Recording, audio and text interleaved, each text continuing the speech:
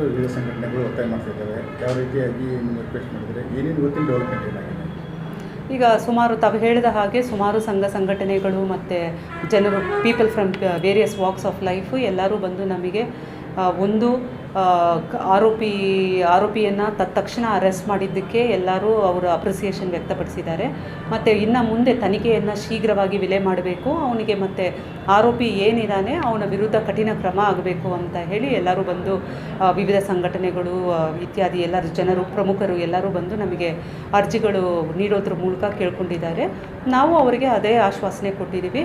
ಇನ್ವೆಸ್ಟಿಗೇಷನ್ನು ತ್ವರಿತಗತಿಯಲ್ಲಿ ಮತ್ತು ಎಲ್ಲ ಆಯಾಮಗಳಲ್ಲಿ ಇನ್ವೆಸ್ಟಿಗೇಟ್ ಮಾಡಿ ಪರಿಶೀಲನೆ ಮಾಡಿ ತ್ವರಿತವಾಗಿ ನಾವು ಚಾರ್ಜ್ ಶೀಟ್ ಮಾಡಿ ನ್ಯಾಯ ದೊರಕಿಸ್ಕೊಡ್ತೀವಿ ಅಂತ ಹೇಳಿ ಅವ್ರಿಗೆ ಹೇಳಿದ್ದೀವಿ. ನೀವತ್ತು ನಿರಂಜನ ಮನೆಗೆ ಹೋಗಿದ್ರಿ, ನಿಮ್ಮ ಪೊಲೀಸ್ ಇಲಾಖೆ ನಿಮ್ಮ ಜೊತೆ ಇರುತ್ತೆ ಅಂತ ಹೇಳಿದ್ರಿ. ಯಾವ ರೀತಿ ಅವ್ರಿಗೆ ಸಾಂತ್ವನ ಇದ್ರೆ ಭರವಸೆ ಕೊಟ್ಟಿದ್ದೀವಿ? ಅಲ್ಲ, ಅವ್ರದ್ದು ಇನ್ನೂ ಮಗು ಕಳ್ಕೊಂಡಿದ್ದಾರೆ. ಅವ್ರ ಮನಸ್ಸಲ್ಲಿ ಇನ್ನೂ ಒಂದಿಷ್ಟು ಡೌಟ್ಸು ಇದೆ, ಬೇರೆ ಬೇರೆ ವಿಚಾರಗಳು ಇರೋ ಥರ ಕಾಣ್ತಾ ಇತ್ತು. ಸೊ ನಾವು ಅವರಿಗೆ ಹೇಳಿದ್ದೀವಿ, ಅವ್ರದ್ದು ಏನು ಅವರಲ್ಲಿ ಮನಸ್ಸಲ್ಲಿ ಸಂದೇಹ ಇದ್ರೂ ಏನಾದರೂ ಅಪ್ರಿಹೆನ್ಷನ್ ಇದ್ರೂ ಅದನ್ನು ನಮ್ಮ ಜೊತೆಗೆ ಹೇಳ್ಕೊಳ್ಳಿ.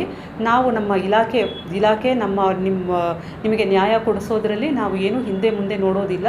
ನಾವು ಏನು ಕಾನೂನು ರೀತಿ ಏನೇನು ಮಾಡಬೇಕು ಎಲ್ಲ ಕ್ರಮಗಳನ್ನ ನಾವು ಮಾಡುತ್ತೀವಿ ಅಂತ ಹೇಳಿ ಫ್ಯಾಮಿಲಿಯವ್ರಿಗೆ ಮಾತಾಡ್ತೀವಿ. ಇಲ್ಲ, ಇನ್ವೆಸ್ಟಿಗೇಷನ್ ಆನ್ ಇದೆ. ಈಗಲೇ ಎಲ್ಲ ಹೇಳೋದು ಸರಿ ಹೋಗೋದಿಲ್ಲ. ಇನ್ವೆಸ್ಟಿಗೇಷನ್ ಆಗಲಿ, ಇನ್ವೆಸ್ಟಿಗೇಷನಲ್ಲಿ ಎಲ್ಲ ಒಂದು ಆಯಾಮಗಳಲ್ಲಿ ಎಲ್ಲ ಒಂದು ಆ್ಯಂಗಲ್ಗಳಿಂದ ನಾವು ಇನ್ವೆಸ್ಟಿಗೇಟ್ ಮಾಡ್ತಾ ಇದ್ದೀವಿ. ಇನ್ವೆಸ್ಟಿಗೇಷನ್ ಕಂಪ್ಲೀಟ್ ಆಗಲಿ, ಇವಾಗೇ ಹೇಳೋದು ಸರಿ ಹೋಗೋದಿಲ್ಲ.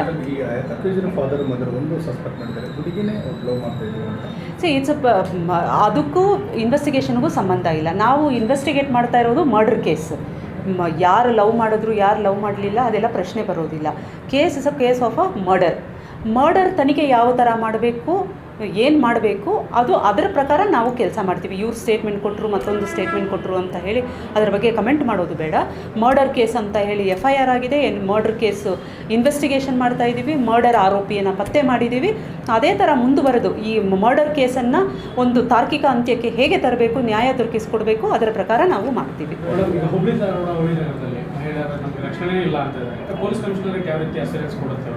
ಅಲ್ಲ, ಅಶೂರೆನ್ಸ್ ಅನ್ನೋದಕ್ಕಿಂತ ಇದರಲ್ಲಿ ಸುಮಾರು ಸ್ಟೇಕ್ ಹೋಲ್ಡರ್ಸ್ ಇರ್ತಾರೆ.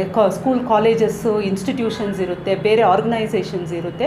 ಮುಂದಿನ ದಿನಮಾನಗಳಲ್ಲಿ ಅವ್ರಿಗೂ ಸಹ ಕರೆದು ಅವರ ಇನ್ಸ್ಟಿಟ್ಯೂಷನ್ಸ್ ಲೆವೆಲಲ್ಲಿ ಏನೇನು ಮುಂಜಾಗೃತ ಕ್ರಮಗಳನ್ನ ವಹಿಸಬಹುದು ಮತ್ತು ಯಾವ ರೀತಿ ಅವರು ನಮಗೆ ಪೊಲೀಸರಿಗೆ ಸಹಕಾರ ನೀಡೋದ್ರ ಮೂಲಕ ಅವರ ಹೆಣ್ಮಕ್ಳಿಗೆ ಸ್ಕೂಲ್ ಕಾಲೇಜು ಬರೋ ಹೆಣ್ಣುಮಕ್ಕಳಿರ್ಬೋದು, ಫ್ಯಾಕ್ಟ್ರಿ ಶೋರೂಮಲ್ಲಿ ಕೆಲಸಕ್ಕೆ ಹೋಗುವಂಥ ಹೆಣ್ಮಕ್ಳು ಇರ್ಬೋದು, ಅವ್ರಿಗೆಲ್ಲ ಯಾವ ಥರ ಒಂದು ಸುರಕ್ಷಿತ ವಾತಾವರಣವನ್ನು ನಾವು ಇಬ್ಬರು ಕೈ ಜೋಡಿಸಿ ನಿರ್ಮಾಣ ಮಾಡಬೇಕು ಅದರ ಕುರಿತು ನಾವು ಚರ್ಚೆ ಮಾಡಿ ಕ್ರಮಗಳನ್ನ ಜರುಗಿಸ್ತೀವಿ. ಇಂಜಿನಿಯರಿಂಗ್ ಕಾಲೇಜ್, ಬೇರೆ ಬೇರೆ ಕಾಲೇಜ್, ಹಾಸ್ಟೆಲ್ಗಳು ಏನಾದರೂ ಅಲ್ಲಿ ಅಪರಿಚಿತ ಬರೋದು, ಭದ್ರತೆ ಬಗ್ಗೆ ಈ ರೀತಿಯಾಗಿ ಆ್ಯಪೆನ್ಸ್ ಹೋಗ್ತಕ್ಕಂಥ ಬಗ್ಗೆ ಮುಂದೆ ಕಂಟ್ರೋಲ್ ಮಾಡಲಿಕ್ಕೆ ಯಾವ ರೀತಿ ಮಾಡ್ತೀವಿ?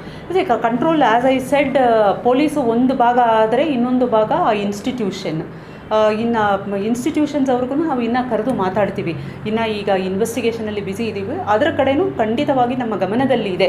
ಇದು ಮರುಕಳಿಸಬಾರದು ಮತ್ತು ಶಾಲಾ ಕಾಲೇಜು ಹೋಗುವಂಥ ಹೆಣ್ಣು ಮಕ್ಕಳಾಗಲಿ ಅಥವಾ ರೋಡಲ್ಲಿ ಓಡಾಡುವ ಹೆಣ್ಣು ಮಕ್ಕಳಿಗಾಗಲಿ ಅದೊಂದು ಸುರಕ್ಷಿತ ಭಾವನೆ ಇರಬೇಕು. ಆ ನಿಟ್ಟಿನಲ್ಲಿ ಏನೇನು ಮಾಡಬೇಕು ನಾವು ಕ್ರಮಬದ್ಧವಾಗಿ ಕ್ರಮ ತಗೋತೀವಿ.